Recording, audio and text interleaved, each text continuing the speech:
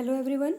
In the last video we have read about the water cycle and the various methods of purification of drinking water, and in this video we are going to study about the harmful impurities of water.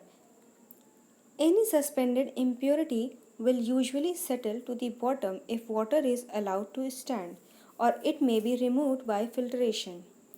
अगर कोई भी ऐसी impurities होती है जो suspended है, वो क्या हो जाती है, नॉर्मली पानी के बॉटम में, आपके वाटर बॉटम में वो सेटल हो जाती है, नीचे तलहटी में बैठ जाती है, और या तो फिर इसे फिल्ट्रेशन के द्वारा इसको रिमूव किया जाता है, छान के किया जा सकता है। Dissolved impurities are not removed by this process, लेकिन जो घुलनशील जो उसमें इम्प्योरिटीज़ होती हैं, जो डिसॉल्व हो जाती हैं, उसको इन मेथड्स के थ्रू आप अलग नहीं कर सकते हो, उनको रिमूव नहीं कर सकते हो। The suspended impurities in water में include organic matter containing pathogenic bacteria like those of cholera and typhoid fever और the eggs of parasites worm which when swallowed cause various harmful and dreaded diseases in the human body। जो suspended impurities होती हैं, जो water में आपके घुलनशील नहीं होती हैं, उसमें से बहुत सारी चीज़ें हो सकती हैं इंक्लूड, जैसे कि वो आपका पैथोजेनिक बैक्टीरिया हो सकते हैं जो कि कॉलरा और टाइफाइड फीवर को कॉज करते हैं, जिनके कारण कॉलरा हो सकता है या टाइफाइड फीवर हो सकता है। या फिर आपके क्या हो सकते हैं, पैरासाइट जो वॉर्म्स होते हैं उनके एग हो सकते हैं उस इम्प्योरिटीज़ में। या फिर क्या हो सकता है, विच व्हेन स्वैलोड, अगर क्या हो सकता है कि अगर इनको पानी को हम पी लें, स्वैलो कर लें, तो बहुत सारी हार्मफुल डिसीज़ हो सकती है ह्यूमन बॉडी में, बहुत सारी बीमारियां हमारे रोग हमारी ह्यूमन बॉडी को हो सकती हैं। The important sources of these harmful impurities are as follows. और जो ये इम्प्योरिटीज़ की जो नुकसानदायक जो अशुद्धियाँ होती हैं, जो हार्मफुल होती हैं, उनके रिसोर्सेज क्या होते हैं कि कहाँ कहाँ से मिलती हैं। First of all domestic wastage and sewage. सबसे पहला जो आपका इम्प्योरिटीज़ का जो सोर्स है वो है डोमेस्टिक वेस्ट, जो घरेलू कूड़े करकट होते हैं, और सीवेज होता है, वो उसका पहला रीज़न है आपका। This include a variety of products such as rotten fruits and vegetables, water containing detergents, ash from hearths and other rubbish including fecal matter. All these things are collected and thrown into rivers, thus the water is polluted। अब क्या होता है, बहुत सारे घरों में बहुत तरह के वेस्टेज होते हैं, चाहे वो फ्रूट्स हो, वेजिटेबल्स हो, अगर रॉटन हो जाते हैं, सड़ जाते हैं, या फिर कोई डिटर्जेंट का पानी होता है, या राखें होती हैं, इस तरह की बहुत सारी चीज़ें होती हैं जो हार्मफुल सब्सटेंस होते हैं और जो पानी में घुल के उसको इम्प्योर कर सकते हैं। All this things are collected, सारी चीज़ें क्या होती हैं, उनको कलेक्ट किया जाता है और रिवर्स में थ्रो कर दिया जाता है, रिवर में फेंक दिया जाता है, नदी के पानी में। तो जो नदी का पानी होता है वो दैट गेट्स पोल्यूटेड, वो पोल्यूटेड हो जाता है, दूषित हो जाता है। Second one is industrial waste. आपका जो औद्योगिक आपका जो कूड़े करकट होते हैं वो भी आपका हार्मफुल इम्प्योरिटीज़ ही होती हैं। In all types of industries big और small certain quantities of unutilizable materials are left. चाहे इंडस्ट्री कोई भी हो, चाहे वो बिग हो चाहे स्मॉल हो, बड़ी हो छोटी हो, it doesn't matter. What matters that उनके में बहुत सारी ऐसी चीज़ें होती हैं जो यूज़फुल नहीं होती हैं, जो जिनको यूटिलाइज नहीं किया जा सकता है, वो ऐसे मटेरियल आपके बच जाते हैं। This effluents vary with the kinds of industries and processes used. अब क्या हो सकते हैं, ये जो वेस्टेज होते हैं वो डिफरेंट आपकी इंडस्ट्रीज़ पे बेस्ड हो सकते हैं, उनके ऊपर डिपेंड कर सकता है कि जो इंडस्ट्री जैसी होगी उस तरह का वहाँ का वेस्टेज निकलेगा, और किस मटेरियल को किस तरह से यूज़ किया जा रहा है वो भी डिपेंड करता है। लेकिन कुछ ना कुछ अनयूटिलाइजेबल आपके मटेरियल निकलते ज़रूर हैं। They may contain tardy, foul smelling and poisonous oil products, acids, alkalis and metallic ions। इन सारी चीज़ों में क्या क्या हो सकता है, आपकी टार्डी हो सकती है, फाउल स्मेलिंग हो सकती है, पॉइजनस ऑयल के प्रोडक्ट्स हो सकते हैं, एसिड्स हो सकता है, बहुत सारी चीज़ें हो सकती हैं जो इम्प्योरिटीज़ होती हैं, जो कि वाटर में उसको मिक्सअप होकर उसको इम्प्योर कर देती हैं, पोल्यूटेड कर देती हैं। When these effluents are discharged in water, they become impurities। जब इन चीज़ों को पानी में डिस्चार्ज किया जाता है, पानी में बहा दिया जाता है, मिला दिया जाता है, तो वो पानी जो हो जाता है वो इम्प्योर कर देता है। Agricultural waste and pesticides. अब क्या होता है, जो कृषि से रिलेटेड भी आपके बहुत सारे वेस्ट होते हैं, और उसमें जो मिलने वाले जो उसमें यूज़ होने वाले जो पेस्टिसाइड्स होते हैं, जो कीटनाशक होते हैं, उनसे भी आपका पानी इम्प्योर हो जाता है। Chemicals used in agriculture are deposited in the soils.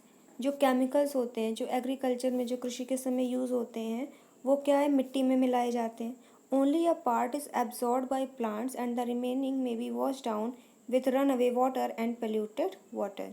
अब क्या होता है, उसमें से कुछ ही थोड़ा सा ही उसका जो पार्ट होता है जो प्लांट्स के द्वारा इनटेक किया जाता है, वो प्लांट्स जो होते हैं उसको शोषित करते हैं, वरना बाकी का जो वेस्ट होता है वो पानी, वो बहते हुए पानी के साथ साथ उसमें मिल जाता है और उसको पल्यूट कर देता है।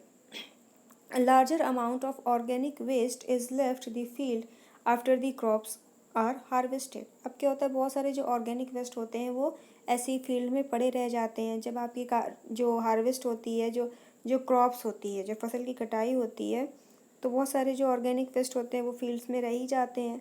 These organic matters pollute water when they are carried by wind or rainwater or deposited on the water surface। तो क्या होते हैं, जो ये ऑर्गेनिक मैटर होते हैं वो पानी में मिल जाते हैं, चाहे वो बारिश के पानी के साथ साथ बह के मिल जाए, चाहे वो हवा के द्वारा, हवा से उड़ के फिर धीरे धीरे पानी में मिल जाए, या किसी भी तरह से पानी में वो मिल जाते हैं और उसको पल्यूट कर देते हैं। माइनिंग वेस्ट, माइनिंग में भी जो होती है उसमें भी वेस्ट निकलता है। A considerable quantity of loose और washed down during rains into river. जब माइनिंग होती है तो वो सारे जो ओर होते हैं, जो एस्क होते हैं, वो पानी के द्वारा, बारिश के पानी के द्वारा धुल के उसमें मिल जाते हैं, चाहे वो लेक हो, रिवर हो, चाहे वो कोई भी किसी भी तरह का वाटर बॉडी हो। The presence of excessive amount of metal in water pollutes it. अगर जब एक्सेसिव अमाउंट हो जाता है इन मेटल्स का, इन धातुओं का, तो जो पानी होता है, वाटर होता है, वो आपका पल्यूटेड वाटर कहलाता है। Now let's see distribution of water. After proper purification of water, it has to be distributed to the public for use. Pipes that are laid down in streets are called mains.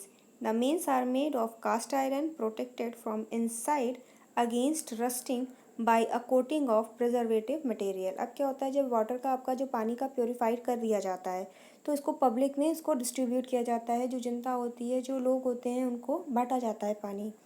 और ये क्या, किसके through होता है, जो pipes होती हैं, बड़ी बड़ी पाइप्स होती हैं, सड़कों पे बिछी होती हैं, उनके द्वारा, जिनको मेंस कहा जाता है, उसके द्वारा पानी जो है वाटर सप्लाई किया जाता है। और ये जो मेंस होती हैं वो क्या होती हैं, कास्ट आयरन की बनी होती हैं, प्रोटेक्टेड फ्रॉम इनसाइड, अंदर से एकदम प्रोटेक्ट होती हैं, जिससे कि उसमें जो है वो रस्टिंग ना हो पाए, जंग ना लग पाए।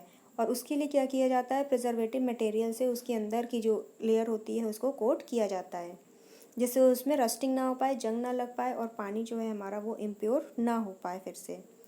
From the mains service pipes are joint to the house pipes. और जो मेन्स होती है, जो पाइप जाती हैं, उसी से घरों की पाइप जो होती है वो जुड़ी होती है, pipeline. These are made of wrought iron, of lead और मेटल अलॉयज़। और ये सारी जो घरों की जो पाइपें होती हैं वो चाहे रॉट आयरन की होती है, चाहे लेड की बनी होती है, और चाहे मेटल्स की बनी होती हैं। The present practice is to keep pipes filled with water. This system is called constant system. जो इस समय जो यूज़ में आ रही हैं वो क्या है, वो फिल्ड जो होती हैं, पाइप होती हैं, वो पानी से भरी रहती हैं।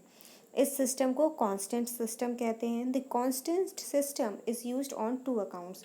और जो ये कांस्टेंट सिस्टम होता है उनको दो कारणों से यूज़ किया जाता है। The constant supply of water is made. इससे क्या होता है, लगातार जो पानी का जो वाटर सप्लाई होता है वो किया जाता है। और दूसरा, drinking water may not be first taken in a cistern and then drawn out for drinking purpose. सबसे पहले क्या होता है, जो इसके लिए जो पहला आता है पानी, वो क्या होता है, सबसे पहले सिस्टर्न में नहीं इकट्ठा किया जाता है, then drawn out for drinking purpose, फिर उसके बाद ड्रिंकिंग पर्पस के लिए लाया जाता है उसका। The systems in which water for cooking और drinking is store should be made of any one of the metal. और जो सिस्टम्स होते हैं, जो टैंक्स होते हैं जिसमें हम ड्रिंकिंग के लिए या कुकिंग पर्पस के लिए पानी को स्टोर करते हैं, वो आपके इन मेटल्स में से होने चाहिए, चाहे वो कॉपर का हो, चाहे वो रॉट आयरन हो, और चाहे वो माइल्ड स्टील हो, स्लेट हो, या फिर जिंक हो। लेकिन कभी भी लेड का जो आपका सिस्टर्न नहीं होना चाहिए, वरना जो लेड होता है वो वाटर में डिसॉल्व हो जाता है, जिससे आपका पानी जो होता है वो हार्मफुल हो जाता है। Iron makes water coloured due to rusting. अगर आयरन की पाइप होती है तो आपका जो वाटर होता है वो कलर्ड होता है, क्योंकि जो रस्टिंग होती है जब जंग लगता है तो वो पानी जो होता है वो रेड रेड हो जाता है रस्टिंग उसमें मिलके। Stone and glazed fire clay cistern are good to be used but they are very heavy. जो स्टोन के बने होते हैं या ग्लेज्ड फायर क्ले के बने होते हैं सिस्टर्न जिसमें पानी स्टोर करने के लिए, वो बहुत अच्छे होते हैं यूज़ करने के लिए, लेकिन बस उनकी एक ही डिसएडवांटेज है कि वो बहुत ज़्यादा हैवी होते हैं, अदरवाइज़ वो यूज़ करने में बहुत ही अच्छे होते हैं। So this was the chapter